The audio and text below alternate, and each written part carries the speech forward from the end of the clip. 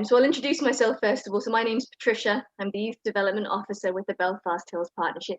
So my role is to work specifically with 16 to 25-year-olds, take them out into the Belfast Hills, explore nature, maybe help with employability if they want to get into the environmental sector, or just do general environmental sessions, maybe helping with mental health and well-being, or just kind of getting in touch with nature.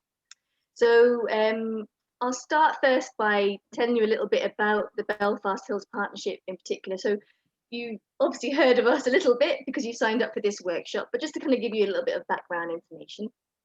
So the Belfast Hills Partnership then, as the name suggests, we look after all the hills in the Belfast area, so sort of the north, west and southwest of the city.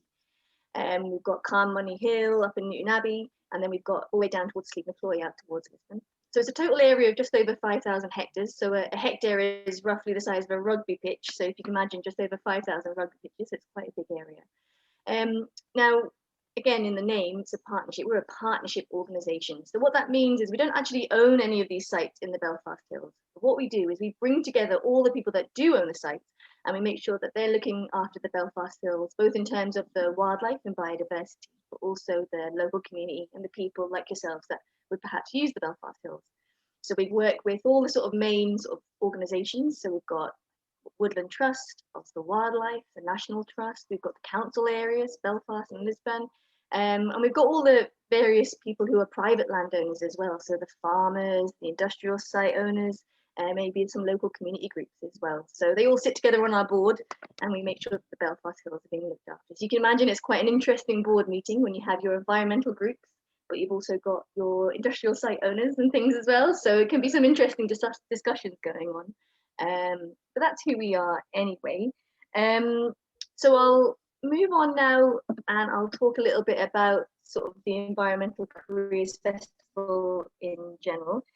So hopefully you've been enjoying some of the content that we've been putting out for the last week. So the Environmental Careers Festival was from the 19th to the 26th of April. So we've been putting out loads of digital content. So lots of videos, photographs, we've been doing social media stories as well, kind of showcasing a range of environmental careers that are taking place on the ground in the Belfast Hills, but also beyond as well.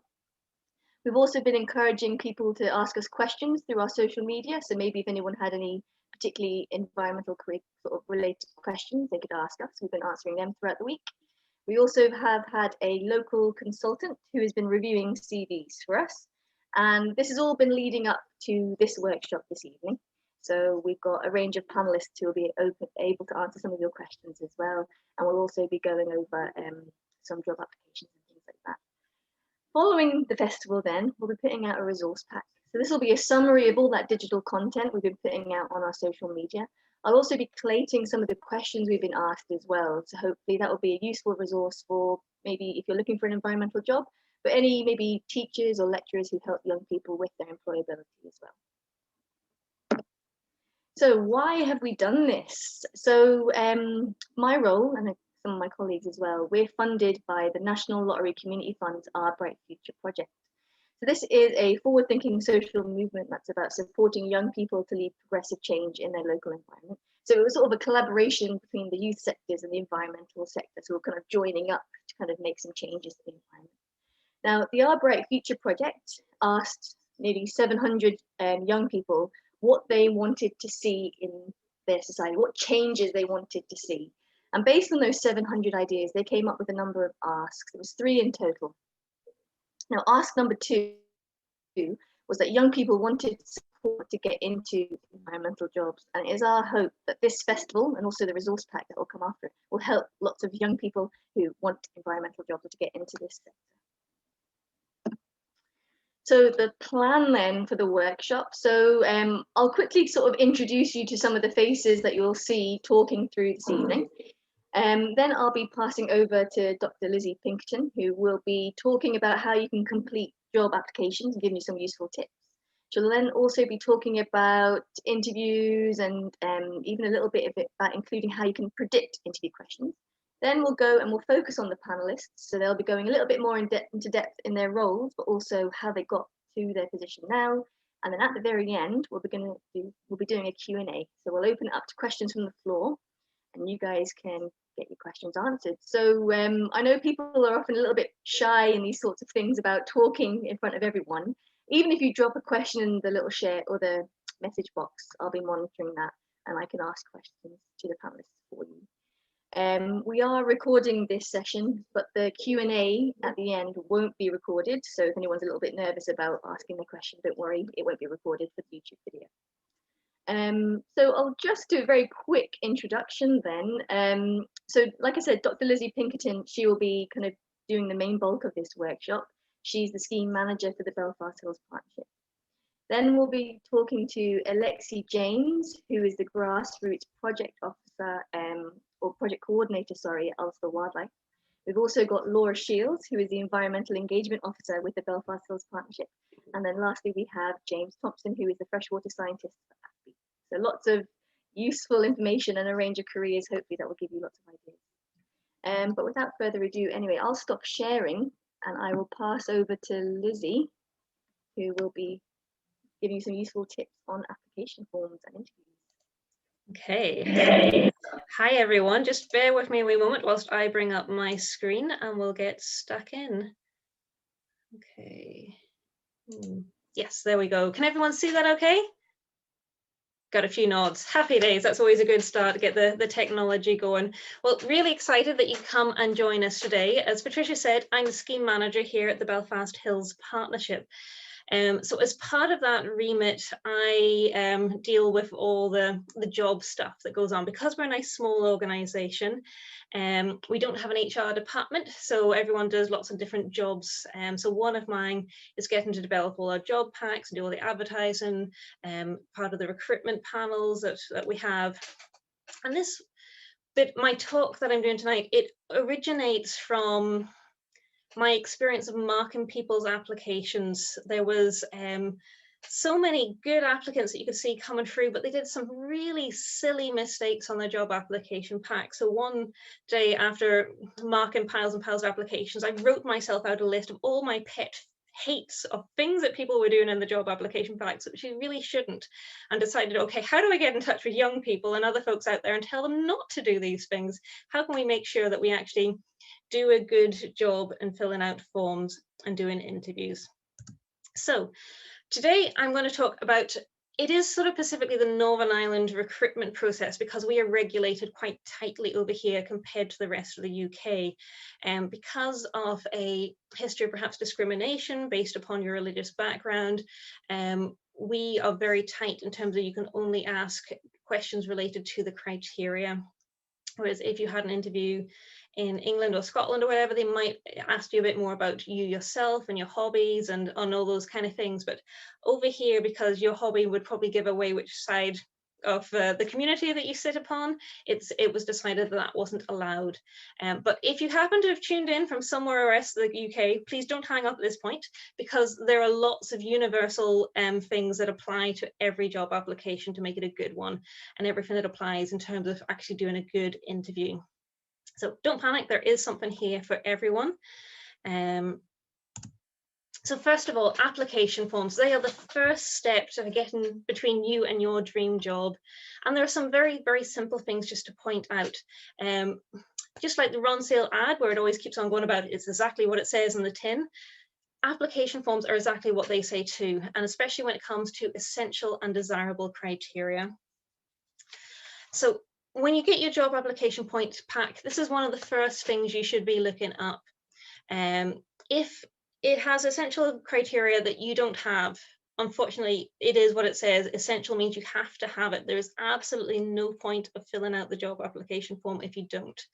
I have read many an application where they've signed lovely and they've said, I'm a very quick learner, I haven't any experience with this, but you know, I can get it really quickly on the job and I'd be really good at it. And you're going, that is lovely, but legally, I'm not allowed to shortlist you. If you do not have the essential criteria, it doesn't matter how quickly you think you could learn on the job.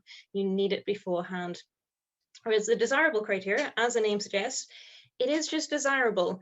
And it depends on the number of applicants that apply as to whether I even look at the desirable criteria or not. So I'll go into that in a little bit more detail later, but something to bear in mind. The guidance notes.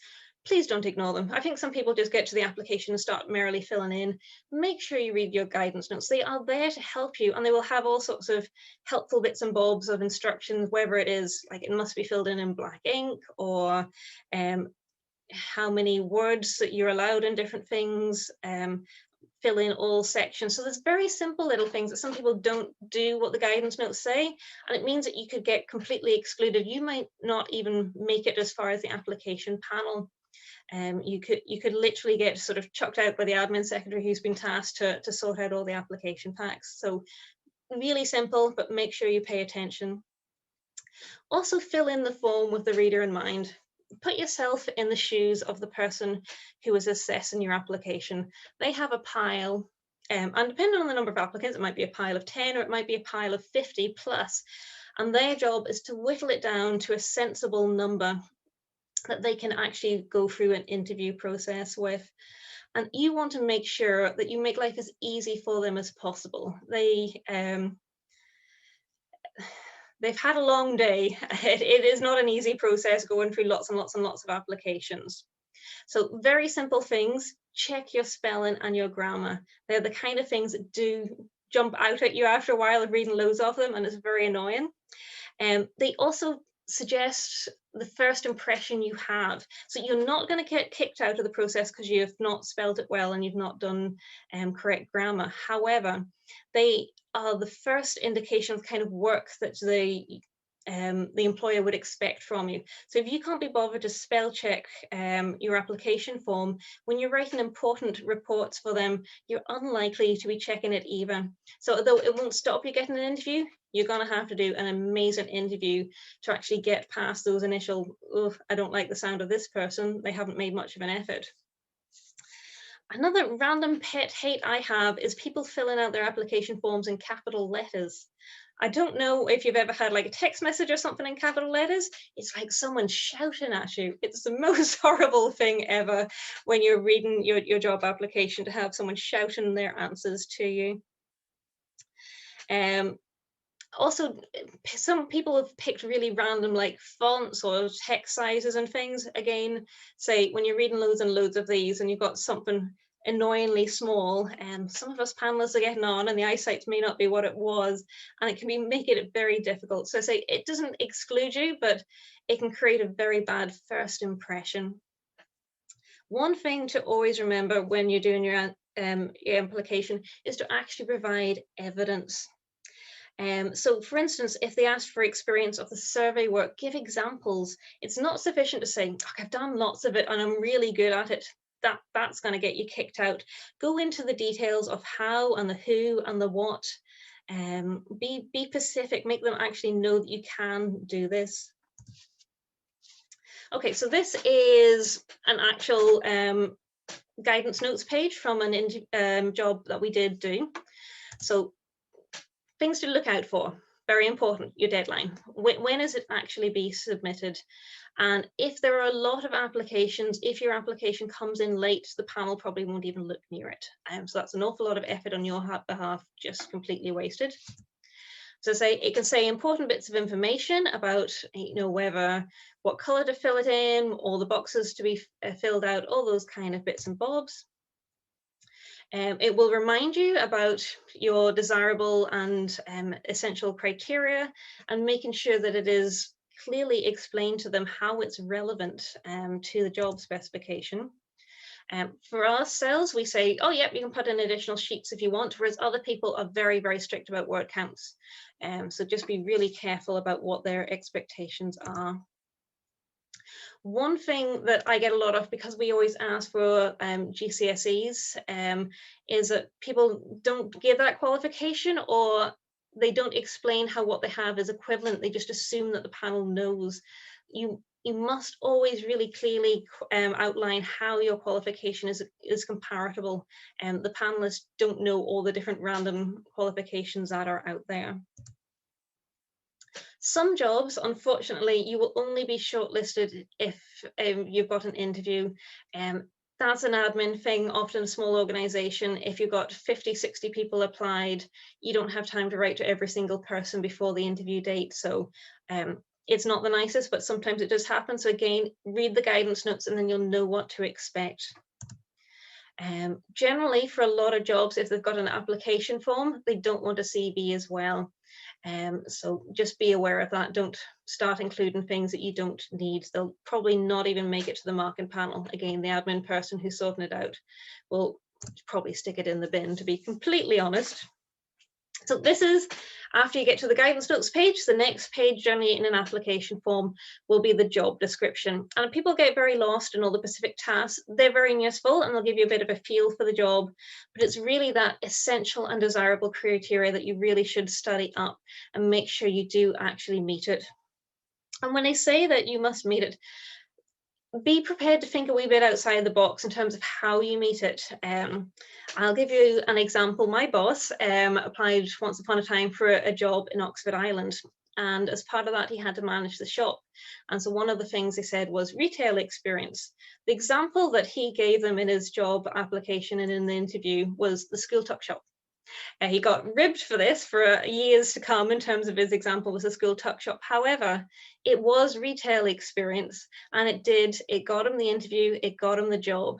So it's worth thinking of, well, this may not be exactly what they had expected to hear. However, if it still ticks that box, and stick it in. What you need is to be able to tick that box for the panel. Okay, I just want to give you a little bit of a glimpse behind the scenes in some of these things, to sort of give you a feel for what happens. So this is a template we use. Other people will use different things, but just to point out a few things. So you'll see there's loads of spaces for signatures. Generally for us, we would have a panel of 3 people. This means that you can get a good mix. You probably have a male female, you probably have Catholic Protestant, and you probably have someone slightly independent to the situation, whether it's a board member or whatever. So they're the person who oversees it all and makes sure that it is all done completely above board. And in this table, you can see that we have all the application numbers down the side. I'm afraid when you join the application process, generally the top page with all your personal details is stripped away, again, to make sure there's no unfair discrimination. So you become a number. So you might be candidate number 5. And so the panel will go through all your essential criteria and tick you off as to whether you successfully meet that. And then if they need to go through the desirable criteria, they'll go through the desirable criteria. And often it's done in a kind of order. We'll decide before we look at the applications, which is the most important to us. So you'll see here, driving license highlighted as number 1. And then, for instance, we might have highlighted knowledge of land operations as number 2, and previous experience of preparing site plans as 3. So we will fill those into the table at the beginning. We'll say, okay, those are the order, those are the criteria that we're going to look at. So you notice there's 4 criteria there that we're not even looking at. So you've done your best and you filled it in, but we might have decided on the day, actually, we don't need to whittle down that many. So we're not going to look at too many of the desirable criteria. And then on that basis, we're going to decide who we're actually going to interview. And again, it'll all be signed off. It is a very formal, official process. It is something that can be legally challenged. And because we don't want to end up in an industrial tribunal, you make sure you cross all your T's and dot all your I's. It is done very, very carefully. And for this example, we're saying we're potentially going to interview all these different people. I'm going to have obviously question times later on, but does anyone have any immediate burning questions about filling in job applications at this point? Feel free to shout out, or alternatively, if you want to type anything in the chat box, Patricia will be keeping a wee eye on that.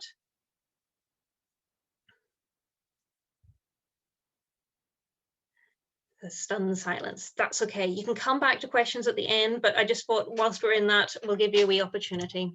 So interviews. So congratulations, you have managed to fill out a really good application form.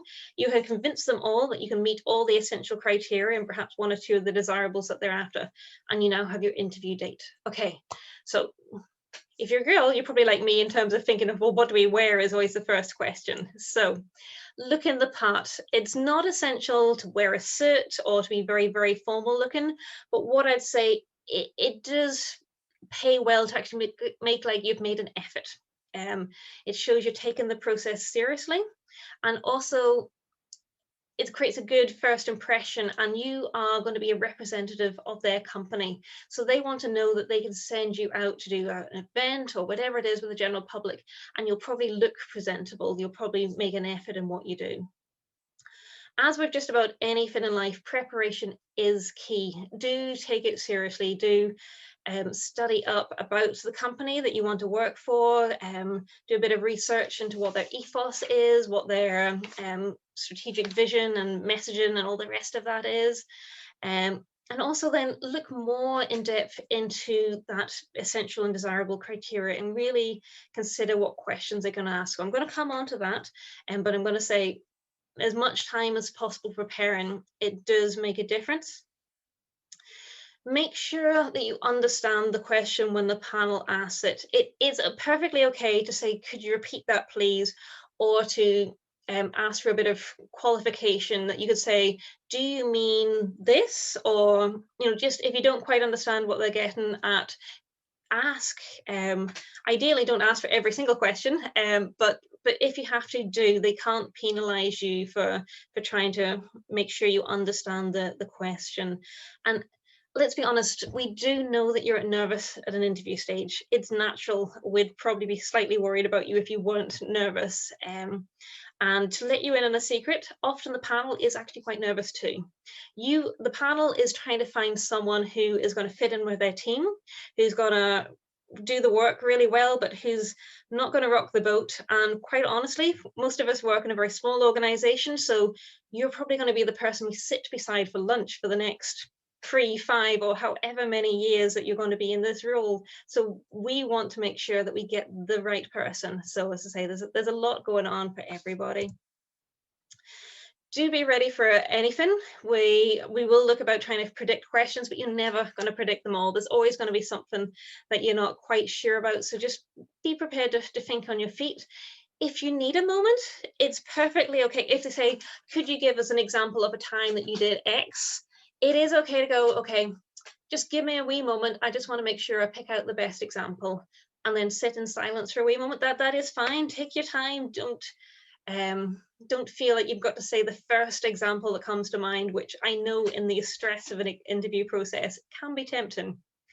It seems odd to say, but be likable. As I say, you are the person that they're going to have to sit beside. So be enthusiastic. Make it clear that you'd actually like the job. That, if this is your dream job, like, don't be afraid to tell them that. And a lot of enthusiasm does go a long way.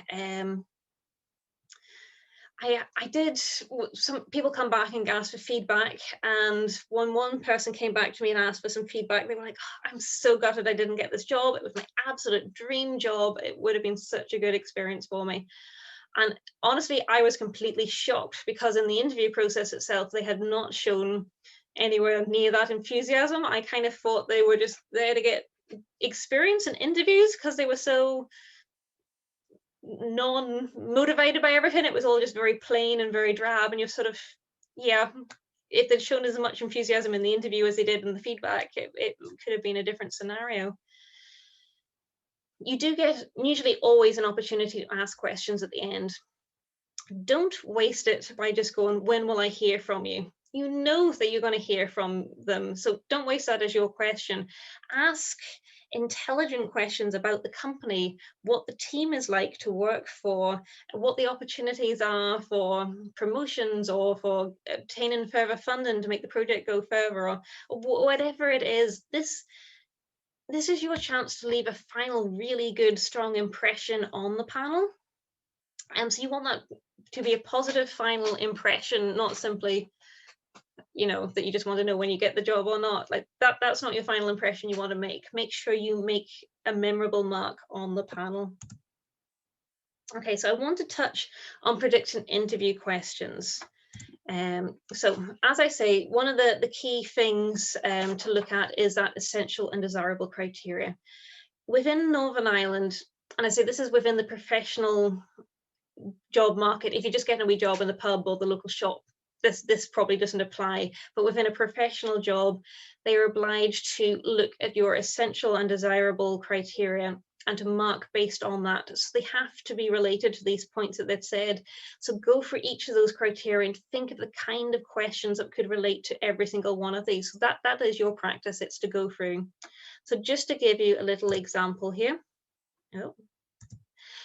So essential criteria number 1 here we have is at least 2 years relevant experience in designing and managing practical programs of work in at least one of the following areas: nature conservation, agriculture, environmental information and education, outdoor visitor management, countryside recreation, outdoor education, waste management, and community regeneration. Whew, quite a list, but it means that we are open to lots of different things. So say, don't let big long lists put you off. It's probably quite a good thing. One wee thing I just want to point out here is, because we've had a number of questions through the week in terms of what experiences and qualifications are needed. You'll see this one has an or in the middle of it. So this was 2 years experience, or we have a 3rd level qualification relating to one of those. I'm not going to read out the big list again, and 1 year's relevant experience. So in this case, the having a degree means that you only need the 1 year's experience, whereas if you don't have a degree, you need 2 years experience. It'll vary from every organization, and everyone has a different sort of policy on things, but for this particular job, for us, and for a number of our jobs, we would say, yep, great, if you got a degree, that's good, but we still want experience. But if you don't have a degree, no problem. A degree isn't the be all and end all, but you'll need loads more experience. For more senior jobs within organizations or more special scientific jobs, a degree might be more critical. But for this one, it didn't matter to us if they had it or not. So anyway, that was back to the experience. So we'll come here now to the question. So the question we asked for this was, tell us about your experience in designing and managing practical programs of work in at least one of the following areas. And we listed the same thing that we had in the job application, all those nature conservation and agriculture, etc. So as I say, it shouldn't have been any surprise to anyone at all that you had to give an example of your experience. So that's obviously what we're going to ask. This is pulled directly from our marking sheet. So this, again, nice wee insight. When you're there in the interview, you'll see them all scribbling away. And you probably wonder, what on earth is it like on the other side? So this is the kind of thing that they'll be scribbling on. There'll be the question that they've read out to you. There's normally a wee explanatory note for the panel to make sure that they are sort of marking on the same kind of level. So for this one, it was like 5 as many years experience across multiple areas of work. In the comments section, generally what they're doing is literally noting down various things that you've said. And then for us, we tend to score out of 5. So this particular person got 3. But you also notice that we sometimes weight questions. So if there's something that we feel is really, really important to the role, we will weight that. So sometimes you might think, oh, I didn't answer that question very well, but I got some of the others very well. Actually, if you've got the questions really good that are weighted highest, you might still end up getting the job. So don't panic if you didn't get everything completely right. It depends how important they thought it was. So I'll take out one more example and we'll chat through it. So for instance, another essential criteria here was previous experience of preparing project reports. So we'll go now again to the answer sheet. And the question we said here was, what sort of project reports have you had to produce before? Give us a detail of how you went about producing 1 or 2 of these. So again, not a surprise, it has to be about project reports, but here we're trying to draw it out a little bit more about what exactly you've done, how you've produced it. And in terms of the wee explanatory note, it says 5 is for major detailed reports created from start to finish by the candidate as the main or sole author. So you see this person clearly did very well. They got a 4 out of 5. So just something to consider. Go through all those essential and desirable criteria and think, well, what question could I be asked? And just think of different examples that you could use. And do keep it example based. That generally what we're after is in terms of, it's not just the theoretical knowledge of how to do it. We want to know that you can actually do it. You have done it before. So I say in this one, that they are the major author and they have done it as the sole main offer from beginning to end. So think of good proper examples. So I'm just popping up some of the other questions that were asked, just again so you can see this is some of the sheets and the criteria that went through and how the whole marking thing works.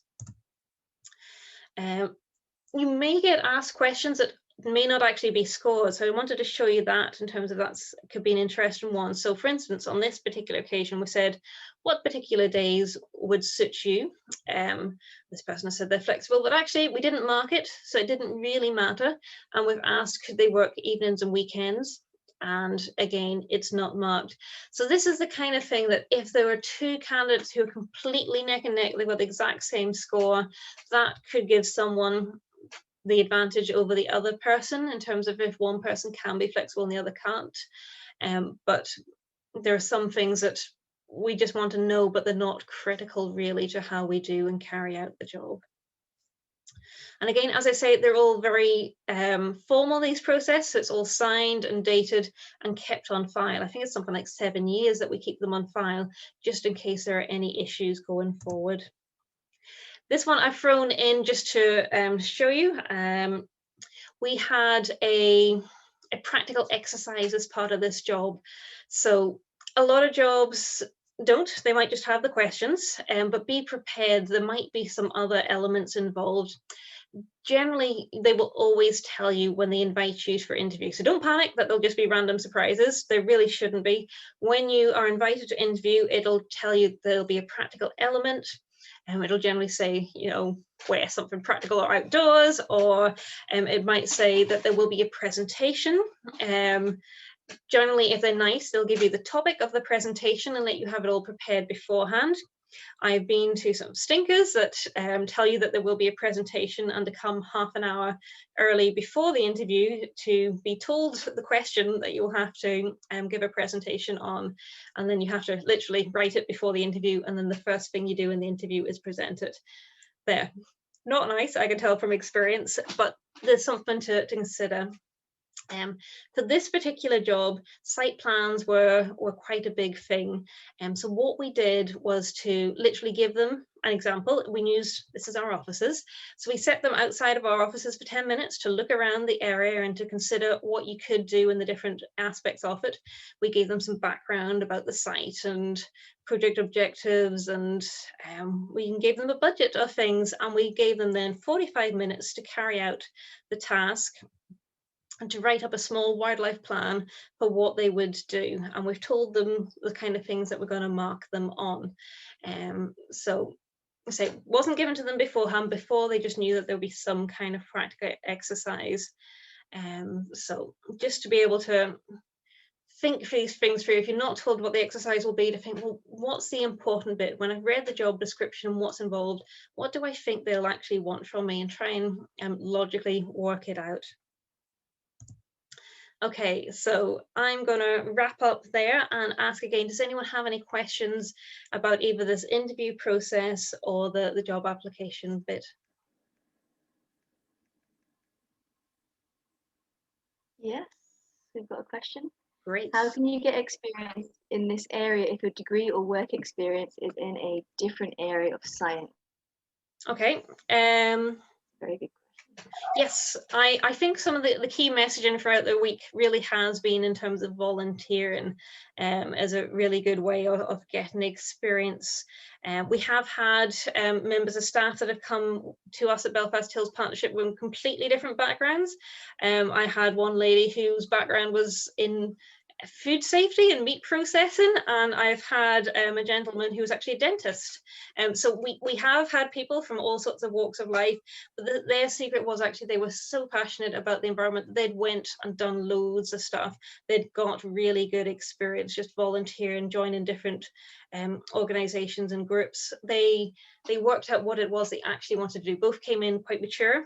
They had different careers and things beforehand, and they decided, no, actually, it's not for me. This is not what I want to do. And they actively went and volunteered for both different charities, and one actually did survey work for consultancy, just sort of offered as services, and all about just getting that experience. And that's what made them stand out in the interview process. And as I I looked at the criteria in terms of what we look at. For us, a relevant degree is worth about 1 year's experience, but otherwise it's 2. So like that is a lot of experience to have to get, but I'm afraid the environmental sector is a very competitive sector, and yeah, you do have to put in some serious effort to actually make yourself stand out. Are there any other questions come in, or is that us? That's it for now, but we do have the Q&A at the very end once we chat to the panelists. So again, if anyone has any questions, by all means, fire them into the chat. I'll keep hold of them anyway, and we can always ask them at the end. Okay. So don't worry too much. So just before we go to the panelists then, so one of the reasons why I have a panel for this workshop, and if anyone has been watching any of the videos or looking at the photographs that we've been putting out on social media, as someone who not too long ago came through the career ladder and I did a degree and everything. When I was finishing my degree, I was really like unsure about what I wanted to do. I studied geography, and I remember when I was finishing up my geography degree, loads of people were like, "Oh, what do you want to do with geography? Just want to be a geography teacher?" And I was like, "No, I don't want to be a geography teacher," but at the same time, I didn't know what else I wanted to do. I wasn't aware of the other environmental roles that were out there. So the hope through this festival, and by watching some of those videos that we have on our social media, and by introducing you to the panel now, which we're going to do, they're going to talk about their jobs now, but also how they got into it. So it kind of will give you an awareness of the types of roles that are out there, but also the different routes that you can get in. You don't have to go the traditional route of university, volunteering experience, and in that way, there are lots of different ways. And hopefully by watching the videos and chatting to these guys here on our panel, hopefully you'll get a little bit of ideas of maybe what would suit you best. So we've spoken to Lizzie. Thank you very much, Lizzie. We'll move on then. We'll go to Alexi, if that's okay, Alexi James. So Alexi, like I said, he's the grassroots project coordinator at Ulster Wildlife, and then he'll be able to tell you a little bit about his role and how he got to where he is now. Okay, thanks very much, Patricia, and yeah, good evening, everyone. Thanks, Belfast Hills, for asking me to come and talk. I started out my career in, I suppose, conservation and environment a few years ago. So I originally did a degree in landscape architecture. And the reason I did that was because it was the only course that was really available that fitted the 2 A levels I was doing. So it was a bit, of a, well, that's a way of getting into college. And a bit like Patricia, I wasn't entirely sure what I wanted to do at the end of it. But I know I was interested in people, and I know I was interested in places and the relationship between them. So that was my starting point. I suppose the things that helped me get my first job after college, I suppose that's what you all want to know about, you know, what kind of helps on that front. And it's like a stuck record. You know what I'm going to say, it's volunteering. It's definitely, you know, and there's a reason why you hear it again and again and again, because it's the thing that sets you apart from everyone else who's applied. You know, so there'll be the essential criteria, and there'll be a whole pile of applications which meet, you know, the essential criteria in terms of, you know, what degree and blah blah blah. But it's the stuff you've done over and above that, you know, which will set you apart. So I volunteered with a children's holiday charity in Leeds and also in Edinburgh. That wasn't related directly to landscape design or the environment, but it was working with people, and it was something I'd done and put a lot of effort into, and something I could talk passionately about when it came for interview. So that's important. The other thing that volunteering does for you is it gets you to know people. And funnily enough, one of the other volunteers with this children's holiday charity happened to be a landscape architect, and she was looking for a year out position student in Edinburgh. Now, I'm not saying it got me the job, but I was somebody that she knew. So when I came for interview, you know, you know, through my volunteering, I had knowledge of the work that she'd been involved with, and it definitely did give me advantage, you know. So through volunteering, you gain experience, but you also gain connections, and you also get to know people. And Lizzie's absolutely right. You know, there are very structured systems in place for recruitment, especially in Northern Ireland. But if you have had a chance to get to know people within an organisation through your volunteering, then that can only be good for you. It's not going to guarantee you a job, but it is going to give you an advantage, and that's just the honest truth of it. As fair as the systems are, people will value that as well. So my current job, I got 5 years ago, and I suppose when I was applying for that, I looked at all of the jobs that I'd done before, and when I was filling in the application form, I looked at the things I'd done in the past, and I thought about, well, how can I present these in a way, that fit the job that I'm applying for today. So tailoring what you've done in the past, as Lizzie said, even if it's working in the tuck shop, as long as you put something down, that's better than putting nothing. I had somebody who I'd interviewed a number of the times within an organisation, and unfortunately they didn't get positions, and eventually we encouraged them to actually ask for feedback. And the most frustrating thing was that this individual actually had a lot of really good experience, but was just terrible at putting it on application forms and terrible at talking about it in an interview, which was really frustrating, because often the people on the panel knew that this person had all of these things. They just needed to have a bit more confidence in themselves and to make sure that they put them down on the forms. So that's the other side of, I suppose, knowing people, is that even if they do know you, if you're being interviewed by somebody that you do know, don't always assume that just because they know you and know things about you, and that they'll take that into account when they're interviewing you, because often they'll not be allowed to, because that would be providing bias.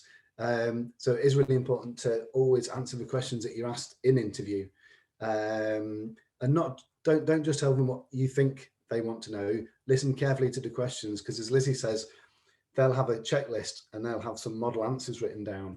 And if you don't answer the specific question you've been asked, you might say lots of really, really good things, but this panel won't be able to score those as points unless they relate directly to the answers that you've been asked.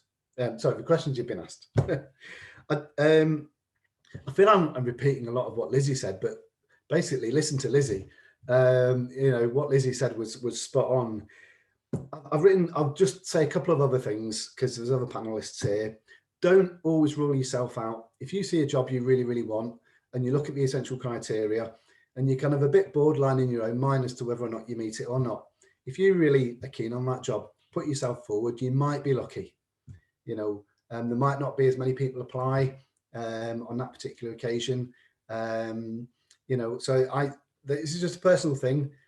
If you've got some really good things to talk about and some really good things to say, don't rule yourself out, just because you don't meet all of the criteria, because no one who applies, it's very, very rare that you meet someone who meets all of the criteria that have been set down. So don't rule yourself out when you read them, just because you don't meet all of them, essential or desirable. But yeah, be realistic. A key thing here, we haven't really talked about after the interview. If after the interview you get the job, great, you've nothing to worry about. But if you don't get the job, there are some really important things you can do, and one of them is to ask for feedback nicely. And how you ask is really important, because you might be applying to those people again.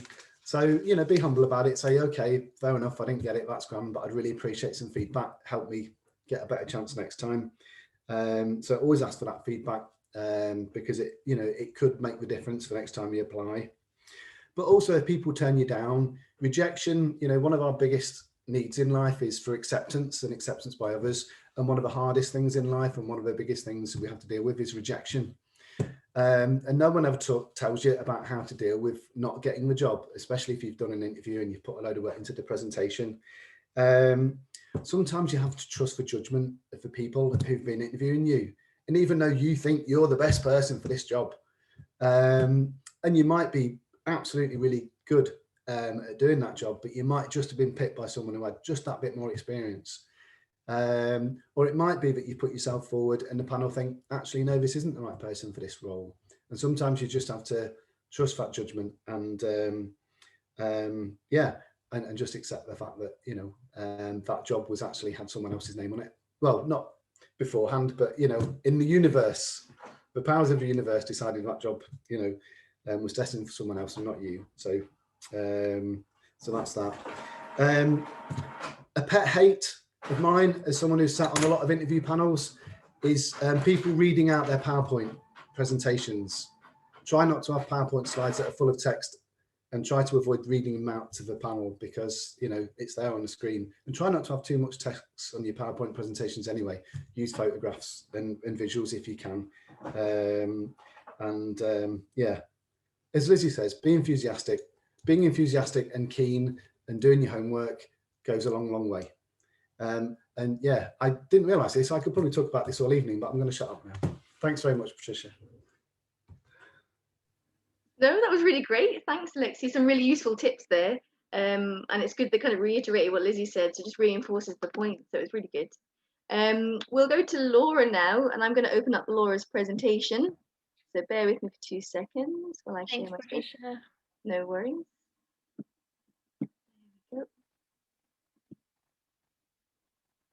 Okay. It will pop up in a minute. My computer's chosen to be very slow. Come on. There we go. Can everyone see that okay? Yeah. Yeah. Great. Can you just put it to the first one? Sorry. It's okay. Giving it away. There we go. Okay, thank you. Yeah, so I'm Laura. I'm the Environmental Engagement Officer with Belfast Hills Partnership. I'm just going to talk a bit about how I got to my role. I was really similar to Patricia. I did my degree in geography, and then even when I left school, I didn't know what I wanted to do. I always had like an interest in the environment, but seeing like when I was leaving school, like there was not really any information about how to get into that kind of job, and I didn't really know what to do. So I liked geography and it was kind of related to the environment, so I went and did that and really enjoyed it. Then when I left, still didn't know what to do after that, so I was working just in retail at the time and just decided to start volunteering. So I started volunteering with the Belfast Hills in 2018. Can you go to the next slide, please, Patricia? Sorry. Yeah, just while I was working, I started volunteering 1 day a week with the conservation volunteers. That's how I started to get like loads of experience, loads of practical experience doing different like site management and habitat management every week, and loads of different things in different places across the hills. And I got to meet the group of volunteers who are like amazing. They're so friendly, and it was just really good crack. I loved going, and I kind of just confirmed that was what I wanted to do. And kind of pushed me then to go. I went back then to uni and did a master's in ecology and conservation biology 2 years ago, just to kind of build upon the theory of the stuff that I wanted to do, like the surveying, and get just back up kind of the practical experience I was getting in the volunteering experience. So I was making these slides and I was like, it kind of sounds like I just stalked Belfast Hills until like I got a job there, because I kept going back. So can you go to the next slide, Patricia? Because I'd been volunteering so regularly, Belfast Hills took me for my placement in 2019 for 12 weeks. And I got to do loads of different things in that kind of was built upon the volunteering. So I got to do loads of outreach work with the youth outreach officer, which wasn't something I really considered before. I thought that I would enjoy, like Patricia, everyone had always said, oh, you're going to be a teacher. And I was like, no, like I don't want to work with kids, like no way. But that was like the thing I loved the most about my placement, like was working with the schools and going out with all the youth groups and stuff. And I got to go out with the project officer and get loads of survey experience, which is something they ask for a lot in lots of environmental applications, a survey experience. So that was another really good aspect of doing the placement. Then I came back again last year and did the trainee ranger program with Patricia, and got some other qualifications. So I was able to get my streamer license through that. I got my 200-hour volunteering award with Millennium Volunteers and John Muir Award. And it was just like a really enjoyable experience. Met loads of other like-minded people who were kind of like around my age, who were trying to get into the same kind of job. We're all kind of going through the same thing. Got more environmental education experience, and that kind of made me think like, oh, this is something that I would really actually want to do. is kind of do the environmental education side. So then last year, I got my role in Belfast Hills. Can you go to the next slide, Patricia? So half of my job is managing the volunteer program. So I still get to go out with the volunteers every week, which is really nice because they're just like my friends now. So I organize our activities for every week, doing practical conservation, and some training as well. And then my other half of the job is delivering the outdoor learning sessions to local primary schools. So just we go out and do some environmental education sessions just in their school grounds or out on site, just doing fun activities, bug hunts and pond dipping, and just getting them involved in their local nature and excited about the environment. And that's just a really fun and kind of rewarding other aspect of it, which I've grown to love, which was a surprise to me. But yeah, that's me. All right. So it's good that before you volunteered, you didn't realize that you're going to like that education side of things. So it's really interesting that that opened up a new avenue for you, and it ended up being a job, really. Yeah, Yeah, like that's good. before I did my placement, I never would have thought that I would have did something like that. Even now, like my mum's like, "What? I can't believe like that's what you're doing." I'm like, "I know, me either," but yeah, I love it now. Nice one. Thanks, Laura. Okay, so we'll pass over to James now. So James is a freshwater scientist with AFBI, so coming at more of the surveying side of things. So James, if you're happy enough to share your screen. Yeah, just get it set up here. Yeah, no worries, take your time. Let me know when you can see it. Yep, can see that, that's grand, thank you. Yeah, so okay, so yeah, hi, I'm James. I work in freshwater science, which is a bit different from the conservation roles that have been really discussed throughout the week, but it's still an environmental sector, and in my opinion, equally important to the work that's going on in conservation. I'm currently based in the Fisheries and Aquatic Ecosystems branch of AFBI, or the Agri-Food and Bioscience Institute. It's an incredibly varied role with a good balance between fieldwork, lab work, and desk-based work. This has the benefit then of being involved at all stages from the sampling to the final report writing. I commonly assist with the collection and processing of samples for long-term ecological research, primarily on Loch Ness and Erne. However, most of my work revolves around producing timescales for lake recovery from past nutrient enrichment. So lake sediments accumulate nutrients over time, particularly phosphorus. This happens whenever there's periods of excess nutrient additions to that, or a lake in general. This nutrient supply can then be released back to the water column over time, meaning that even though the inflowing water quality has improved, the lake status remains poor. Therefore, I go out and collect sediment core samples and analyze the phosphorus concentrations going down the sediment profile, and then apply models to estimate how long the significant sediment release will continue based on the depletion of the sediment phosphorus inventory.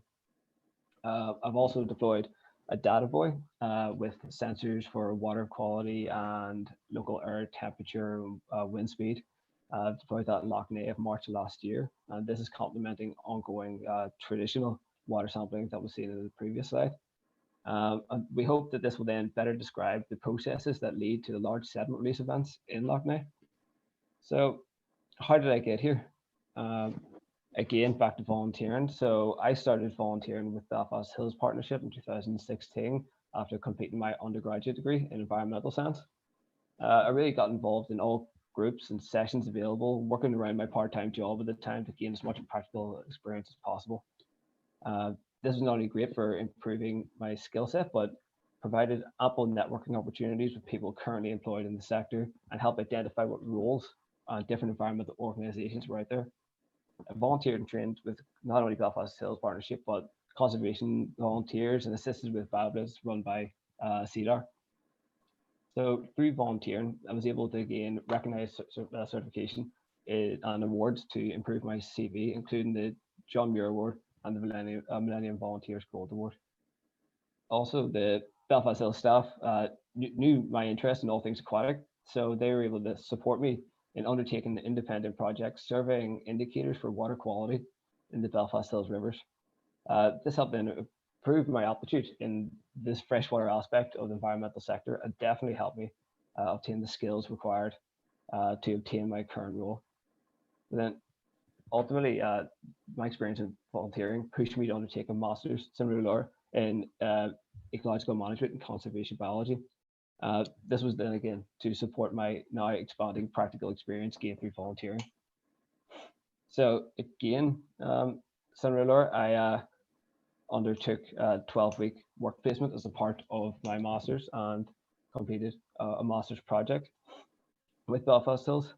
So during this placement, I assisted with the day-to-day operations, including some outreach work, invasive species mapping, and working with students during development weeks.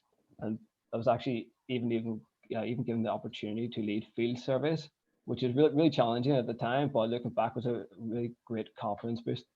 It definitely helped me proceed with my career. For my project, I completed some really interesting spatial analysis in GIS with the support of really competent BHP staff or Belfast Hills Partnership staff. This was to identify some critical source areas for sediment erosion and transport within the hills.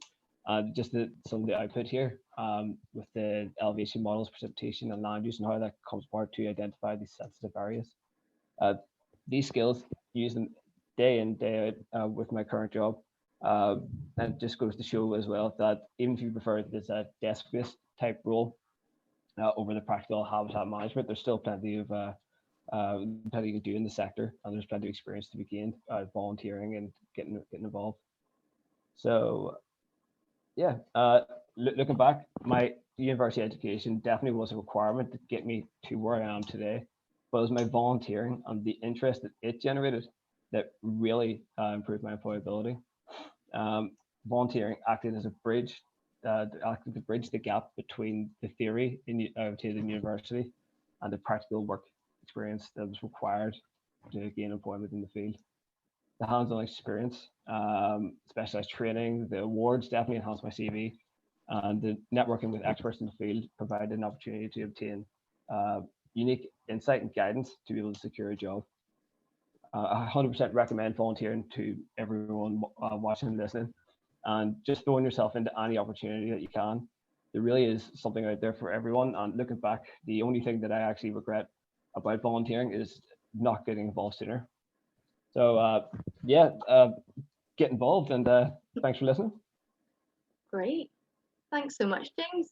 Really interesting presentation. I like that you incorporated the GIS, because it's really important to mention GIS just because nowadays it is creeping its way into a lot of job descriptions. I'm a real geek for maps, so it's always good when I get to see a few of those.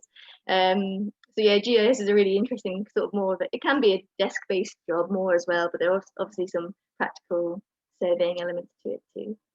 But anyway, thank you so much to all the panelists. It was very, very interesting.